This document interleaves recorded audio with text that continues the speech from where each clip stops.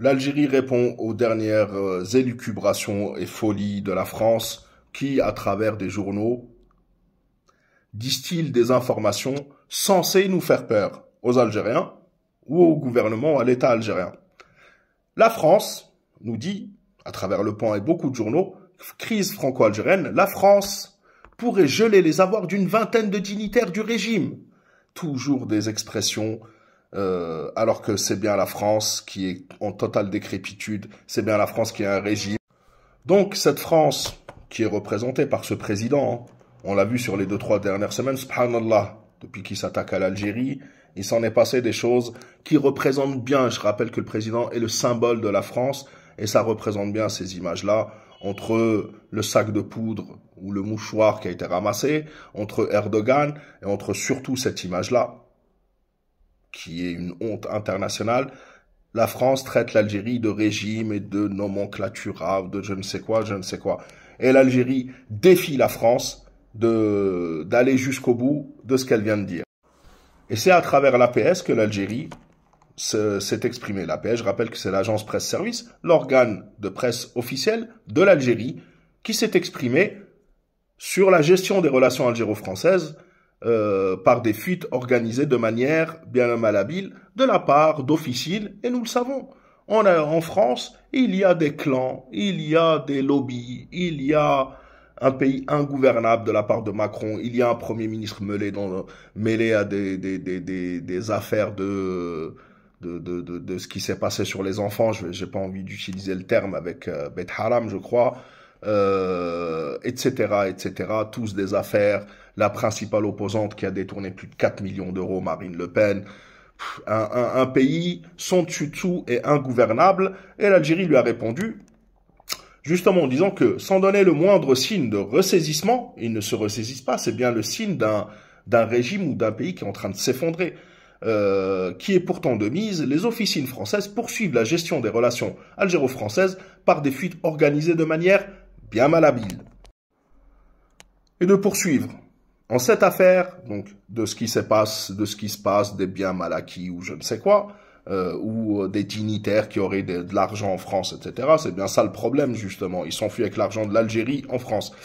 En cette affaire, l'Algérie, son peuple, son gouvernement et toutes les institutions de l'Algérie, confondus, leur disent « chiche, passez à l'action ». Rotaillot, la DGSI, ou je ne sais quel, Macron, etc. Chiche, bloquer, geler les avoirs de ceux qui ont détourné l'argent d'Algérie.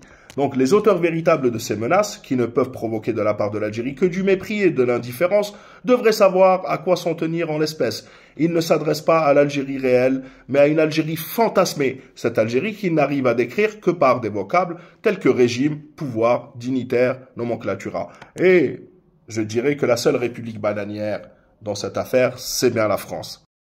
Et de poursuivre l'Algérie réelle et non pas l'Algérie qui alimente leurs fantasmes et tout autre.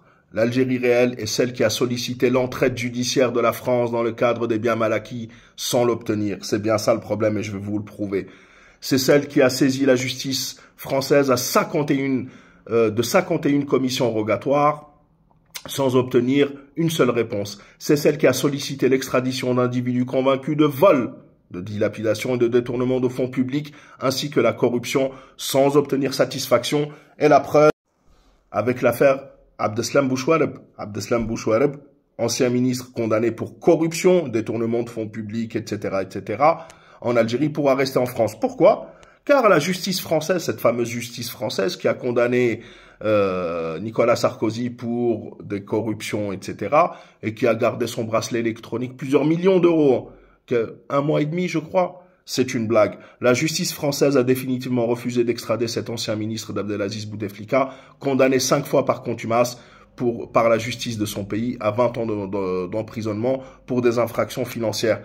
Et la France refuse de le livrer, ainsi que tout un tas de personnalités et de personnes mêlées à des affaires plus ou moins sombres, même des affaires de terreau que la France refuse d'extrader. Et c'est bien là le problème. Le problème, c'est le régime français et non pas l'Algérie et l'État algérien. Et on poursuit donc par de tels manquements. Les autorités françaises concernées se désignent elles-mêmes comme complices de toutes ces pratiques et comportements hors la loi. Il s'agit de nettoyer les écuries d'Augias que la France commence par celle-ci. Elle y gagnerait en crédibilité et en sérieux car, pour l'heure, c'est ce dont elle a le plus besoin. Et justement, le problème, il est là. Pourquoi attendre? Et c'est là Pourquoi attendre une crise entre l'Algérie et la France? Et pour moi, c'est une fierté parce que il faut qu'on nettoie justement toute cette corruption. Pourquoi menacer de saisir l'argent de dignitaires? Bloquez-le. Coopérez avec la justice algérienne. Donnez-nous les noms. Donnez-nous l'argent qui a été détourné. Non, non, non. La France joue avec ça et elle ne pourra pas parce que s'il y a vraiment une liste de gens, ce sont des gens qu'elle peut utiliser et manipuler. Une vingtaine de personnes. Ça va pas très très loin. En tous les cas, que la France chiche, que la France et ceux qui sont derrière cette cabale donnent les noms et bloquent les avoirs de ces personnes-là. C'est ce que demande l'Algérie. Comme ça, tout le monde est content. Les Français que vous manipulez et l'Algérie et les Algériens.